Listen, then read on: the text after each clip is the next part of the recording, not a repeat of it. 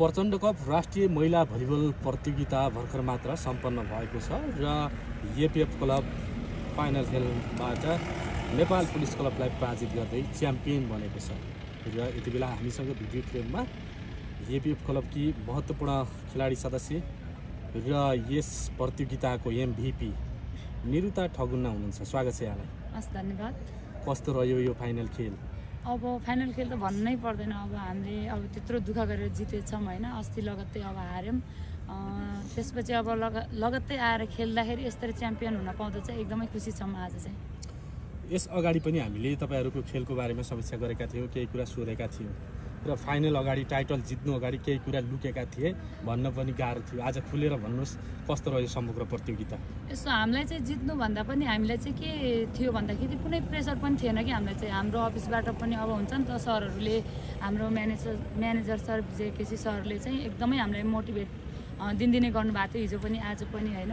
उहाँले चाहिँ जित्ने भन्दा पनि हामीलाई कुनै प्रेसर छैन। आफ्नो आफ्नो ठाउँबाट सबै प्लेयरले राम्रो गर्नु, अरूको कमी कमजोरी पनि त्यति धेरै नभन्ने, अनि आफ्नो चाहिँ बेस्ट गर्ने, सबैले आफ्नो आफ्नो बेस्ट गर्यो भने अवश्य जितिन्छ भनेर भन्नुभएको थियो। हामीले ग्राउन्डमा पनि आज त्यही कुरा नै लागू गऱ्यौँ होइन। हामीलाई कुनै प्रेसर पनि थिएन कि हामीले जित्नै पर्छ भन्ने थिएन, किनकि हाम्रो टिम उसै पनि कमजोर थियो होइन। त्यही भएर हामीलाई कुनै प्रेसर छँदै थिएन। त्यही भएर हामी चाहिँ आफू खुलेर आफू चाहिँ आफ्नो पक्षबाट राम्रो गर्नुपर्छ भनेर खेल्यौँ, जित्यौँ। अब यसै वर्ष मात्र यसभन्दा अगाडिका दुईवटा प्रतियोगितामा निरन्तरको च्याम्पियन ह्याट्रिक गर्ने दाउमा रहेको छ भनेर कुरा बाहिर आइरहेका थिए। उक्त कुराबाट तपाईँहरूको मनोबल कतिको असर परेको थियो या कतिको सशङ्कित हुनुहुन्थ्यो त्यो कुरामा? किनभने पुलिस उच्च मनोबलका साथ थियो। हामी त त्यही नै हो, हामी त डाउन नै भइसकेको थियौँ होइन। अब अस्ति पनि पुलिससँग पनि हार्यौँ, योभन्दा अगाडि गेममा डायमन्डसँग पनि हार्यौँ होइन। त्यही भएर हार्छौँ कि जस्तो चाहिँ मनमा फिल भएको थियो होइन। तर हामीले चाहिँ के थियो भन्दाखेरि हामीलाई जसरी भयो भने उनीहरूले जितिहाल्छ, तर हामी चाहिँ आफ्नो बेस्ट दिनुपर्छ। हामी चाहिँ जित्ने भनेर होइन कि हामी राम्रो गर्ने भनेर चाहिँ हामी त्यही नै थियो कि हामी चाहिँ कुनै गेम पनि जित्छौँ भनेर खेलेकै थिएन क्या। तर कहिलेकाहीँ चाहिँ हुन्छ, यत्रो वर्षदेखि दिदीहरूले खेलेर 14-15 वर्षै भनौँ न, हेर्ने हो भने हिस्ट्री हेर्ने हो भने त्यत्रो वर्ष लगातार जितिराख्दाखेरि बाहिर मिडियामा कमेन्टहरू नराम्रो आउँदाखेरि एपिएफ खस्क्यो भन्दाखेरि चाहिँ अलिकति हामीलाई पनि नयाँ प्लेयरहरूलाई पनि अलिक गाह्रो चाहिँ भएको थियो, किनकि साँच्चै एपिएफ खस्केको हो कि भन्ने चाहिँ भएको थियो होइन। तर हामीलाई चाहिँ के थियो भन्दाखेरि जसरी भए पनि हामी राम्रो गर्ने, अरूले के भन्छ त्योतिर होइन कि हामी चाहिँ पछिको दिनलाई राम्रो गर्ने भन्ने सोच थियो। त्यही नै हो। हिजोको अन्तर्वार्तामा तपाईँले भन्नुभएको थियो मलाई मनपर्ने टिम खेल मनपर्छ डायमन्डको भन्नुभएको थियो र यो प्रतियोगिताभर तपाईँले अलिकति चुनौतीपूर्ण टिम कसलाई मान्नुभएको थियो? सबै टिम उस्तै छ अहिले त। डायमन्ड पनि उस्तै हो, आर्मी पनि उस्तै हो, पुलिस पनि उस्तै हो। हेर्ने हो भने सबै आफ्नो आफ्नो टिममा सबै हुन्छ नि त, राम्रो राम्रो प्लेयरहरू हुनुहुन्छ, अनुभवी प्लेयरहरू हुनुहुन्छ।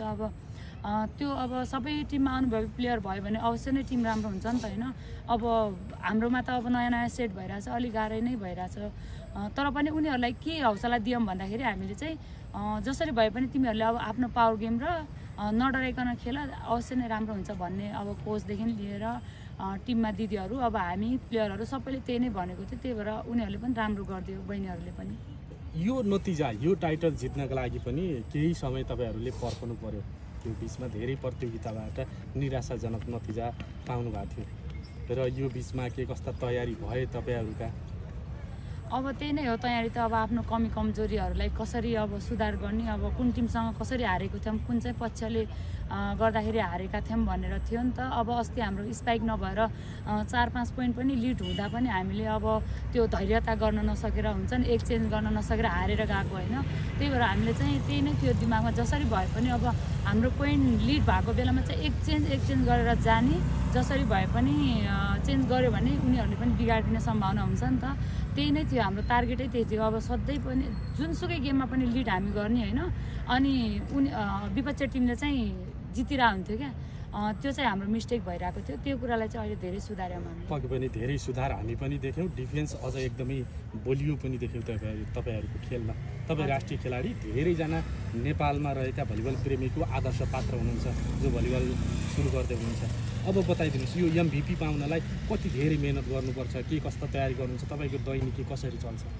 अब त्यही हो दैनिकी त अब नेपालमा त्यही त हो नि होइन। अब तालिमहरू, आफ्नो तयारीहरू, मेहनत कस्तो हुन्छ तपाईँको? मेहनत त अब अवश्य नै भइहाल्छ। अब बिहान कति छिटो उठ्नुपर्छ, कति गाह्रो हुन्छ, उठ्न सबैलाई गाह्रो भइ नै हाल्छ होइन। अब एउटा आफ्नो टाइम टेबल पनि मिलाउनु पऱ्यो, त्यही अनुसार अब गेमलाई पनि टाइम दिनु पऱ्यो होइन। अनि त्यसपछि आफ्नो टाइम पनि मिलाउनु पऱ्यो। गाह्रो त अवश्य नै हुन्छ, तर अब मैले एकजनाले गर्दाखेरि मात्र मैले यो अवार्ड पाएको होइन होइन। टिममा अब 12 जना हुन्छ, 12 जनाको उत्तिकै मेहनत छ क्या, एक एक पोइन्टको लागि खेल्ने हो नि त। त्यही भएर टिममा कोचदेखि लिएर सबैजनाको मेहनतले नै मैले यो अवार्ड पाएको। त्यही भएर मेरो टिमलाई चाहिँ धेरै धेरै धन्यवाद भन्न चाहन्छु। तपाईँ बन्दै गर्दा, MVP बन्दै गर्दा अन्य साथीहरूको नि उत्तिकै भूमिका छ र कुनै खेलाडीको त्यस्तो प्रशंसा गर्न चाहनुहुन्छ जो आज तपाईँको टिमवर्कमा एकदम बेस्ट दिए तपाईँलाई MVP बन्नका लागि पनि? सबैजना मेरो लागि उति नै इम्पोर्टेन्ट छ होइन। 12 जना नै इम्पोर्टेन्ट हो। सबैले एक एक पोइन्टको लागि यति धेरै मेहनत गर्नुभएको छ कि होइन, एकदमै धेरै मेहनत गर्नुभएको छ। सबै खेलाडी युज भइरहेछ नि त होइन। त्यही भएर एकदमै धेरै मेहनत छ सबै खेलाडीको। म चाहिँ सबैलाई चाहिँ धन्यवाद भन्न चाहन्छु। तपाईँको हामी भिडियोहरू प्रसारण गर्दै गर्दा ग्रुपतिर सामाजिक सञ्जालमा धेरै देख्छौँ, दार्चुलाकी चेली, सुदूरपश्चिमकी शान भनेर। यो तपाईँलाई माया गर्ने आम भलिबल प्रेमी र तपाईँको गृह प्रदेशका आम भलिबल प्रेमीलाई के भन्नुहुन्छ? यो खुसीको छ? त्यही नै हो। अब दार्चुलामा अब त्यति धेरै भलिबल चाहिँ पपुलर छैन होइन। अब जस्तै गण्डकीलाई हेरौँ न होइन, एउटा प्लेयरलाई गर्ने रेस्पेक्ट होइन। अब सामाजिक सञ्जालदेखि लिएर हरेक ठाउँमा कति धेरै अब साथ सपोर्ट छ नि त, त्यति धेरै हाम्रो सुदूरपश्चिममा चाहिँ छैन क्या। खेलाडी हेर्ने हो भने जुनसुकै टिममा पनि सुदूरपश्चिमको कति धेरै छ नि त होइन। अब त्यही माथि हाम्रो दार्चुलातिर पनि त्यति धेरै छैन, सीमित मात्रामा छ क्या। केटा हेर्ने हो, केटी हेर्ने हो होइन। त्यही पनि अब त्यति धेरै होइन। उहाँहरूले माया त गर्नुहुन्छ होइन, तर बाहिर चाहिँ देखाउनुहुन्न, खुसी लाग्छ। यो किसिमको सफलता पाउनलाई धेरै धैर्यता, त्याग, तपस्या, मेहनत चाहिन्छ होला नि। दार्चुलाबाट एउटा नेपाली राष्ट्रिय महिला भलिबलमा यत्रो प्रतियोगितामा MVP पाउँदै हुनुहुन्छ, त्यो यात्रा पनि सुनाइदिनुहुन्छ थोरै? एकदमै धेरै मेहनत छ। अब भनौँ न हाम्रो गाउँमा त अब त्यति धेरै छोरी मान्छेहरू भलिबल त्यति धेरै खेल्दैन थियो नि त पहिलादेखि नै एकदमै मेहनत गरेर आएको हो। अनि धेरै हुन्छ नि त अब मान्छेको जीवनमा के भन्छ अरे नराम्रो कुराहरू राम्रो कुराहरू आइरहेको हुन्छ होइन। त्यसका बावजुद पनि मैले कहिले पनि हार मानिनँ कि। अब कहिले एकचोटि म नेसनल टिममा परेको थिएन होइन, त्यति बेला पनि त्यति धेरै हार नमानिकन म अझै कमब्याक गर्छु, म अझै राम्रो गर्छु भनेर चाहिँ त्यसपछि लगातार अहिलेसम्म नै टिममा छु भनौँ न। आफ्नो मेहनतले र अब सबैको मन जित्न सफल भएँ, सबैलाई प्रुभ गरेर देखाएँ नि त म गर्न सक्छु, मैले ममा त्यो क्षमता छ भन्ने प्रुभ गरेँ, राम्रो भयो, खुसी छु म चाहिँ। आज च्याम्पियन भयो एपिएफ टोली होइन। जस्तै पुलिस तपाईँले नि यो खालको रिजल्टको एक्सपेक्ट त गरेका थिएनौँ भन्नुभयो, सोझो सेटमा हराउनु भयो। खास पुलिसले केमा आज कमजोरी गरेर तपाईँहरूले जित्नुभयो? हाम्रो चाहिँ अब त्यही हो, मेन कुन कुन स्पाइकरहरू बलियो छ होइन, उनीहरूको कुन कुन पार्टहरू बलियो छ, त्यो पार्टलाई कसरी भत्काउने भन्नेतिर लागेको थियौँ होइन। अब उहाँहरूको मेन प्लेयर नै अब बाहिर बस्ने अवस्था भएको थियो नि त। हाम्रो टार्गेट भनेको जसको पनि त्यही हो। अब म खेल्दाखेरि विपक्ष टिमको टार्गेट भनेको म हुन्छु नि त होइन। हाम्रो पनि त्यही नै थियो, जुन जुन मेन प्लेयरहरू हुन्छ नि त उहाँहरूलाई नै ब्लक गर्ने होइन। मतलब उहाँहरूको स्पाइकहरूलाई अब जसरी भए पनि हान्नै नदिने भन्ने टार्गेट थियो। त्यो हाम्रो अब भनौँ न टिमले नै पुरा गर्यो, त्यसैले गर्दाखेरि हामी चाहिँ जितेको भनौँ। यो जित कसैलाई समर्पण गर्नुपर्ने? त्यो मेरो टिमलाई गर्न चाहन्छु, मेरो एपिएफ टिमलाई र मेरो संस्थालाई। उहाँहरूले गर्दाखेरि नै यो ठाउँमा हामीलाई एउटा खेल्ने प्लेटफर्म दिनुभएको छ होइन। एपिएफले यति धेरै माया गरिदिनु भएको छ। एपिएफ संस्थाले नै हामीलाई यसरी सहभागी नगराएको भए त हाम्रो टिम हुन्थेन होला नि त। त्यही भएर टिम र हाम्रो संस्थालाई चाहिँ डेडिकेट गर्न चाहन्छु। अब हाम्रो भावी योजना के हुन्छ? एपिएफ टिम कसरी अगाडि बढ्छ, के सोच्नु भएको छ?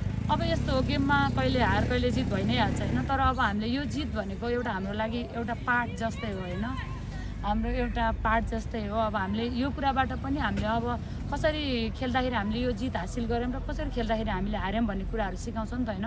अब यो जित्यो भन्दैमा हामीले मात्तिनुपर्ने कुरा पनि छैन, किनकि अब सबै टिम बराबर नै छ। कसले कहिले राम्रो खेल्छ, कहिले कहिले नराम्रो खेल्छ होइन। त्यही भएर मेरो लागि त सबै टिम मैले भन्दै आएको होइन, सबै टिम बराबर नै छ क्या, 19-20 होइन। अब जसले राम्रो गर्न सक्छ त्यही नै विनर हुन्छ क्या। हस्, थ्याङ्क यू। हस्, धन्यवाद।